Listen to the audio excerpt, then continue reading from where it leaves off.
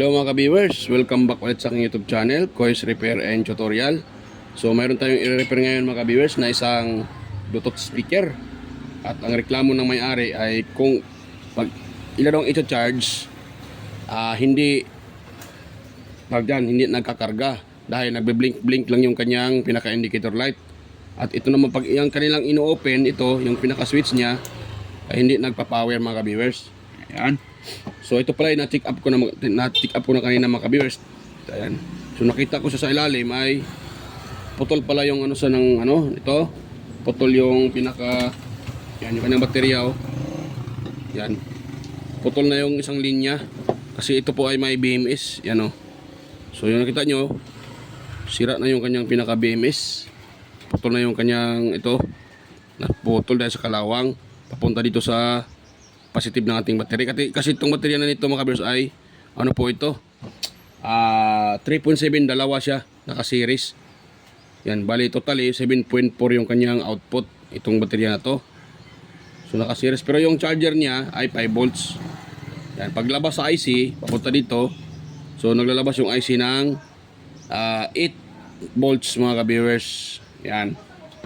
So yan po ang ating mga ka-viewers i-repair ngayon itong kanyang baterya na naputol yung pinaka positive dahil sa kalawang, at ito naman din oh, yan oh, tuklap yung kanyang pinaka ito, yung pinaka pindutan tanggal, at ito naman oh, yan nakita ko siya mga kapisa, may naka-repair na pala nito yan oh, yan oh, may naka-repair na, mayroon na nakahinang ng mga jumper itong ano na yan. So natingin ko dahil natanggal tong dito, maglagay na ako sa labas ng dalawang switch, yung maliit din na ganito pero yung pabilog mga ka-viewers, para sa labas na lang nila i-operate yan.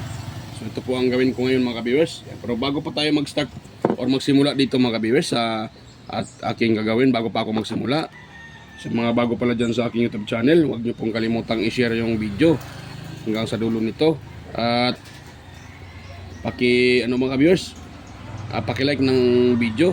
Higit sa lahat mga ka-viewers, huwag nyo rin kalimutang i-subscribe yung aking YouTube channel at pakipindot na rin yung bell button sa taas at ilagay sa all para kayo po ay ma-notify sa mga video tuwing ako ay nag-upload.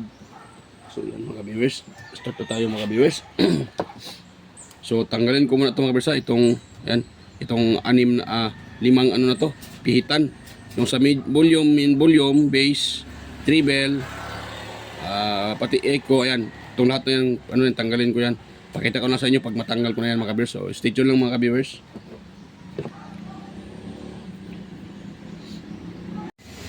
So ayan mga ka-viewers, ay na-open ko na po yung itong pinaka na to. So pasensya na po, hindi ko pala napakita sa inyo kanina ang pag-test nito. So yan, pakita ko muna sa inyo mga ka-viewers ang pag-test nito mga ka-viewers. Kung yan, kasi sabi kasi ng may-ari ay may power pero nagbe-blink lang yung pinaka indicator light at hindi nagkakarga sa baterya. Kaya yan, kasi pag ginagamit nila hindi tumutunog. Ano kaya nakita nyo mga ka-viewers oh. Ayan oh, nagbe-blink lang yung yan, dapat steady lang yan mga ka-viewers ibig sabihin nagbe-blink yan dahil po itong baterya na to ay walang connection yan kasi putol tong dito yan, putol sa mga ka-viewers. Yan. Yan mga viewers. Lala ng buddy. Nakamya na tayo buddy. Oh, malo. Pareho malo. Malo sa malo. Ayan mga viewers. Ayan, nagdino-joke lang namin yung dumadaan na nagalako ng speaker. So yan. Kaya ang rason yan mga viewers kaya nagbe-blink yan dahil kahit nakakunik pa itong baterya na to, useless lang naman dahil hindi siya nagkakarga dahil dito putol yung pinaka yan dahil putol yan. So yan, solda ko na to mga kabis, pakita ko sa inyo na yan, tanggalin ko muna pala yung naka-plug. So solda ko muna to, ipakita ko sa inyo na ito ang dahilan bakit yan nagbe-blink yan. So cut ko muna siya mga kabis at sasolda natin. Ang pagsolda naman nito, gagamitan ko lang siya ng mga viewers ng wire. Yan. So Merong wire dito. Ito meron pala ako kulay red, yan o. So ito yung gagamitin ko dyan pang jumper. Yan. So balatan ko muna itong dulo ng itong wire na ito mga ka-viewers at i-jumper natin dyan. Yan. So yan, balatan ko muna siya. Tapos yan. Dito. Yan. So susuldahin natin siya mga ka-viewers. Itong ano na to. Yan. Yan. Suldahin ko lang siya mga ka-viewers ha. Para yan. Tapos para didikit yan, kailangan natin kiskisan muna itong sa baterya dito. Hindi didikit yan mga ka-viewers pag hindi natin kikiskisan yan. Yan. Or lilihain, pwede din mga ka-viewers. Tanggalin natin itong kalawang na to. Itong kanyang, kalimutan ko talagang pangalan nito eh. Sa dila ko lang. Hindi ko lang mabigkas. Yan, makakalimutin na tayo. Itong meron dito nabibili itong mga ganito eh. Ginagamit sa mga tabing wire. Yan. So tawag nito mga ka-viewers ay tabing wire. Ito. Yung kita ba? Agis ano pala yung ano ko ah. Yan oh. Itong mga manipis na to na parang lata. Yan, tabing wire yan mga ka-viewers, tabing wire. Tawag diyan, tabing wire. So yan. Yan po ay kinalawang na. So gawin natin ngayon, itong gagamitin natin, jumper. At ito tayo mag-ano, yan oh. Yan, ano tayo diyan oh, yan oh. Diyan tayo magsusolda ito dito sa positive para magkaroon ng supply itong dito. Itong baterya na to. Dahil dito yan eh, gaganon yan dyan. So yan. Patakan ko lang yan ng mga ka-viewers, patakan ko muna siya ng soldering lead. Napakahirap pala magsolda ng ano eh. Ganito. Yan. Wala kasi tayo ito kompleto sa gamit dahil ano lang tayo, pobring technician mga ka-viewers. So, wala tayong gamit.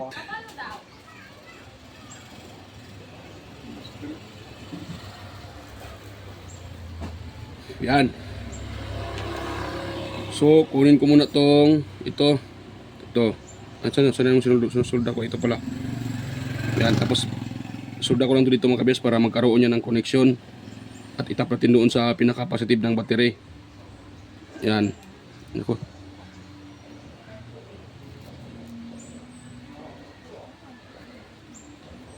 Pagbuwang na. Nag-slide ah. Ay, nako, bakit ka pa nahulog? Hirap talaga magsulda mga ka-viewers eh. Mga ganito.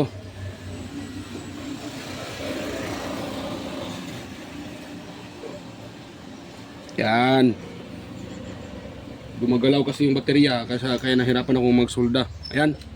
So dahil nahinang natin mga ka-viewers, ganyan natin siya. Yan, tapos dito natin itap oh. Ito sa positive din ng battery. Itong positive ng battery, kikiskisan muna natin mga ka-viewers. At diyan natin itap itong wire na kulay red ng aking pinotol. Yan, kiskisan natin para didikit yung ating ilalagay na ano. Pag sinusulda natin, didikit yan. Yan, tapos putulan ko dito dahil mahaba eh. Tapos yung dulo naman ito mga ka-viewers ay ating yan, babalatan.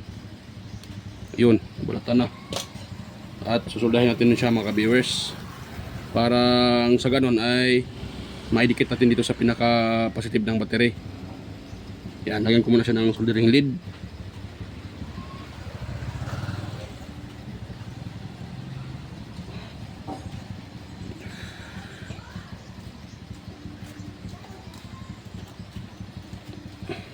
Yun.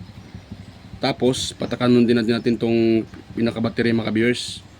Patakan natin ng solda. Yan. Sana ay hindi pa na-drain ito kasi pag pag ito ay hindi nagkakarga, wala tayong magawa. Kailangan natin magpalit ng ibang battery. Kung sakaling ito ay hindi na kakarga mga ka-viewers, hindi ko na to trying revive dahil itong baterya na to ay peke, yung mga ano lang, imitation. So mahirap itong i-revive, hindi katulad ng mga original na baterya, madali mo lang siyang i-revive kahit kahit nadi-drain na, basta mga original na baterya.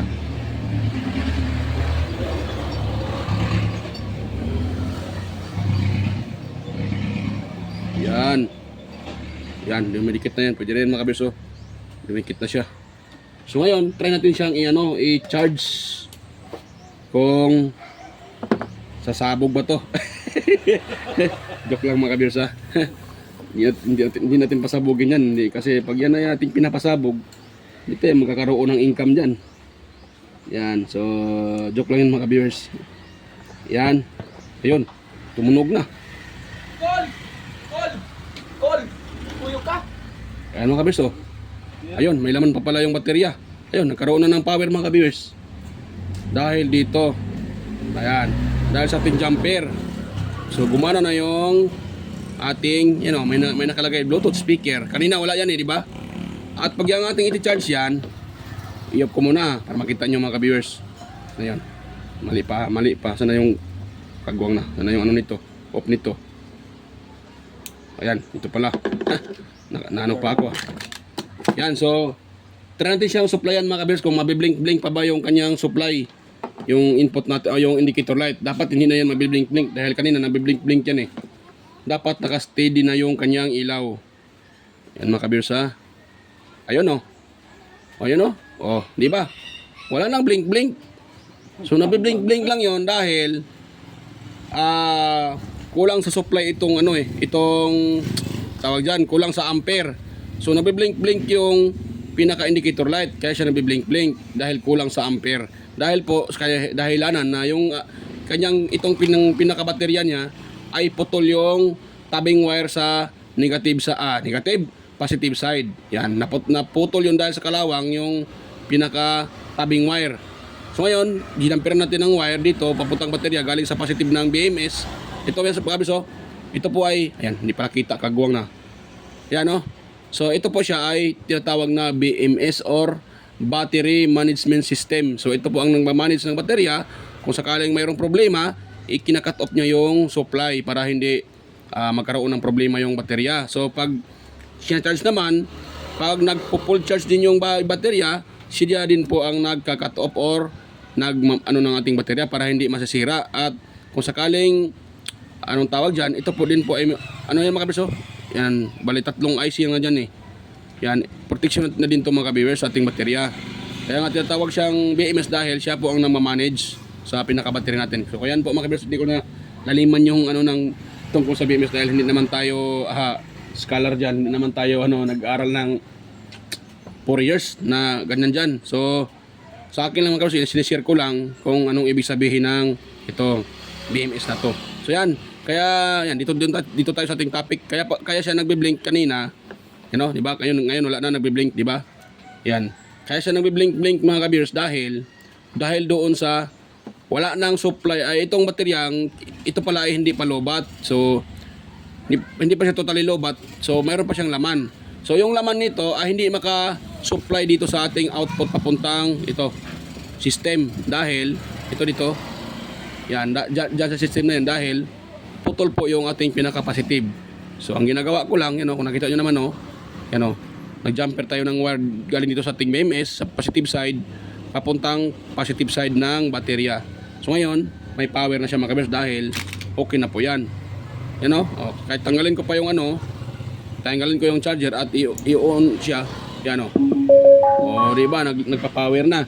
So ang problema ko naman ngayon, ito mga ka-viewers sana yun? Itong tuklap, itong dalawang yan. So ito pala ay ni-repair na ng nung unang nag-repair nito.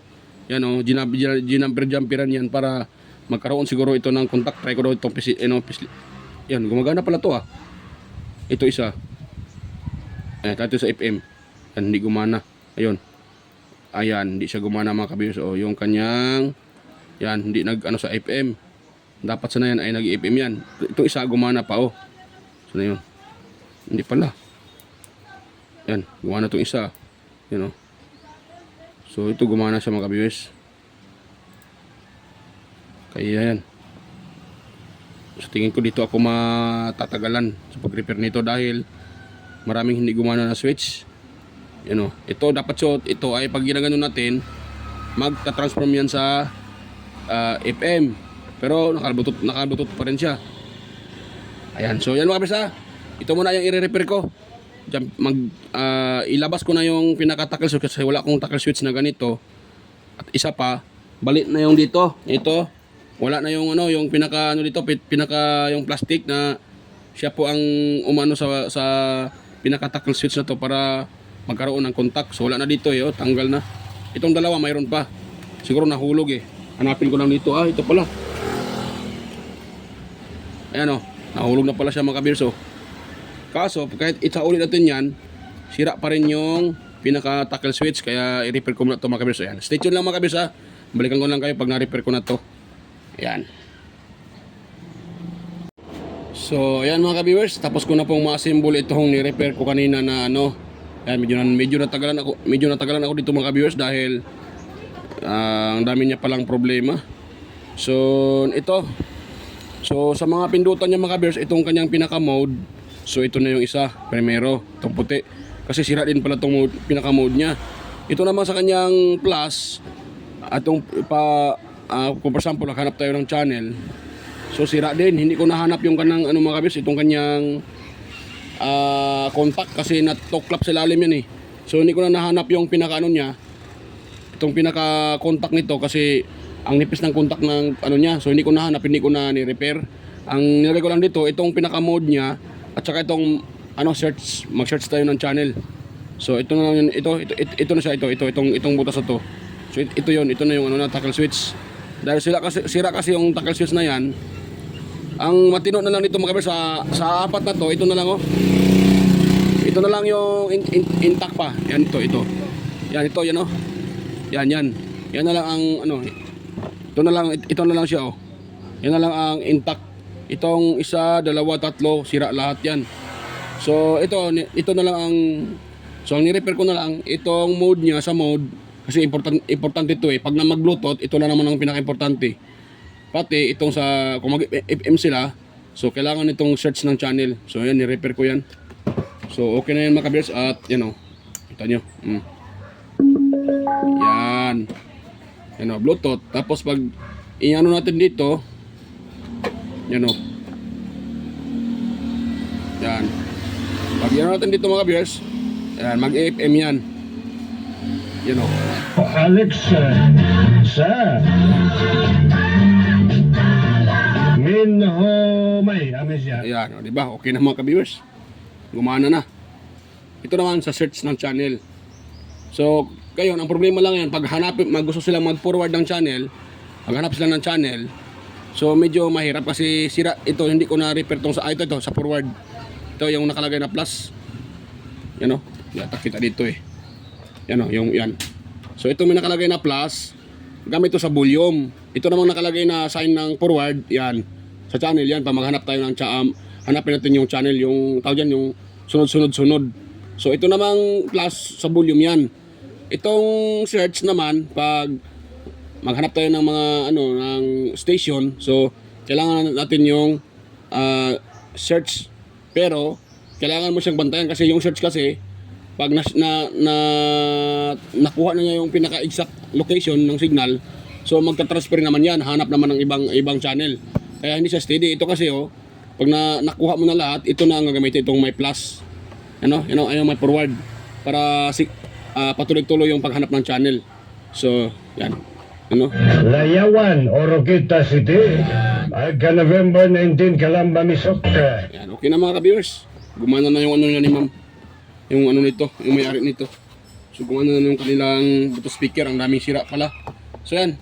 Ayan yung kanyang pinaka-baterya Ayan Ayan, lagyan ko pa yan ng masking tape para hindi ito maano yung board niya. Ayan, baka mag-short yan pag kailangan takpan niya ng masking tape mga ka-viewers. Ayan. So kaya kanina siya hindi tumuloy dahil doon sa naputol yung kanyang pinaka tabing wire. Itong tabing wire na to. Dito sa pinaka positive. Yan. Putol yung tabing wire dahil sa kalawang. So kanayan mga ka-beers. At buo pa naman yung baterya at saka yung pinaka BMS niya buo pa. So yun lang, naputol yung tabing wire at saka itong mga switching niya dito, switching. Itong mga tackle switch ito sira. Yan, so yun lang mga ka-beers. Yun o. So okay na siya. Kumana na. Pagka November 24, Zamboanga City. Nan. Okay na. Okay na mga ka-beers. So ako na lang magsira nito. Na-repair natin siya. Medyo ano siya kasi sa labas ko nilagay. Wala kasi akong ganitong klaseng mga tackle switch. Tapos isa din naman na problema dito. At tanggal na itong mga ano dito. Itong parang bilog ba? Parang tumutulak doon sa pinaka tawag yan, tackle switch. So dahil wala to, so hirap yan. Kaya ang ginagawa ko para magamit pa ng may-ari, ganito na lang, sa labas ko na lang dinikit ko na lang ng glue stick. Matibay naman yung matibay naman siya mga ka-beers. Ay na auxiliary yan, load, tapos FM, Bluetooth, tapos yon FM. Subdivision covered curtain. Orot 9 Yun na mga viewers. Yun, okay na siya mga viewers. Yan. So yan, nakalimutan ko na namang mag-shoutout nag-shoutout sana ako kanina mga viewers. Nakakalimutan ko na naman. So ngayon na lang ako mag-shoutout mga viewers. Ang problema sana yung aking kudigo. Hindi ko na mahanap-hanap. Dito pala yung kudigo ko. Yan. So yan, mega lang shoutout sa inyo mga ka-viewers, sa mga patuloy sumusuporta dyan, sa mga nanonood, sa mga silent viewers ko dyan, organic viewers, subscribers. Ayan, mega lang shoutout po sa inyong lahat. Mga ka-viewers, mega lang shoutout kay Sir John Santiano, mega lang shoutout po Sir John Santiano, Sir Liam, si Sir Alex Paroni. Yan, mega lang shoutout po. Sir Rani Trinidad ng Dumingag, Zamboanga del Sur, Sir Florindo Isidro, Sir John Mercado Jr., Meridel, Sir Manuel Mahadukon, yan, bigyan po Sir. Sir Ferdinand Lopez at sa kanyang anak na si Liam Oxy Lopez, at si Sir Inmar Bison, Ergado Dato Talavera, Edgar Macam, Vicente Bibuso Bandiquillo, na may channel na si Inting 63 Vlog, yan. Rinaldo Macasiano ng Jamie Cavite, at si Ferdy Ronquillo, yan, Binjan Calderon, Emerald Kilyusa, yan, mega shoutout po sa inyo sir. Cesar Plistado, Anastasio Certisa, Darmin, yan po. At si Joel Renz Balyeros, yan, mega shoutout sa inyo mga sir. At si ano pala din sa aking mga kaibigan din sa YT na mga vlogger din. Yan, mega shoutout. Andy Rabino to, Inting Butingting, yan, Andy Tech, Maya Vlogs, Teletecture, West Jojo Tech, Ricardo Bernardo, Fix and Review, Ludatic TV, John P. Technician, Rodopoy Studio, Yoyong's Repair and Tutorial, Tactics PH Official, Tons by Vlog, Jimenez Iban Vlog, Pelam Country Living, GOG's TV, White Ferry, Horseshoe TV, Bullet Train Channel, ayan, GEG Channel, Soktik TV, Kiri Mendoza Vlogger, Chris Piris Vlog, Nelt Vlog, ayan, mega shoutout po sa'yo Sir Idol, Nelt Vlog, at Edstick TV, GFC TV, at saka si Sir Aguido Flores Jr. Halin, ayan, Sir Aguido Flores Jr. Halin na si mayroong channel na pangalan na Ball Penitentiary Vlogger ng Quezon City. Ayan, mega shoutout po Sir Aguido Flores Jr. Halin. Ayan, at saka si Lone Abali Lifestyle, Jos Electrical Vlogs, ayan. At saka si Mercy Werham, Amigas Jan in Gracia, Leo Tech, DGS Channel, Lex TV Official, Jeros Flores Mix Vlog, at saka si Iconic Insight and Beyond, Dinlens TV Vlog, Nanatanan, Maskarang Vlogger Kuno, Look the Great, Aling Peps, Marco Francis Win 13 Mix Vlog, Pudi Expert, yan, Lovely Mood Forever, yan, Island Store, yan, lang shoutout po sa inyo, EQC TV, Kisnel Channel, 3M Vlog, Jinky Inok Vlog, Bitoy Malana, Darwin Tech, Farmer Boy TV. Roger Cedric, yan, migran sa top idol, Roger Cedric. DJ Disco Hunter, yan, Ipras View. At saka si, si kaibigang MJ, migran sa top. Migran sa top po, kaibigang MJ. Or Michael Jackson. Ayan. Ipras View, DJ Len Mix TV, Miss Balina, Miss Jamie Balina, DGM Mix Vlog, Wellmas Music Vlog, Master Reviews pa. Ayan, muna Smart TV, Michael Jackson, BBG Blogger Pan, at saka si Kayari Vlog. Ayan. At si Ordo Channel. Ayan, migran sa iyo mga idol. Ordo Channel. Burudo. Si Burudo Channel. Ayan, Burudo Channel. So yan mga ka-viewers, kung mayroon kayong nakuhang kunting idea sa ating repair ngayon, so sana po huwag nyo namang kalimutang i-like yung ating video kung nagustuhan nyo. At pakishare na rin sa iba. At higit sa lahat mga ka-viewers, huwag nyo na rin kalimutang i-subscribe yung aking channel, Kois Repair and Tutorial. So ayan mga ka-viewers, bye-bye po mga ka-viewers, at kayo po ay magkita-kita ulit sa aking next na yugto or sa next kong mga video. So ayan, bye-bye po mga ka-viewers.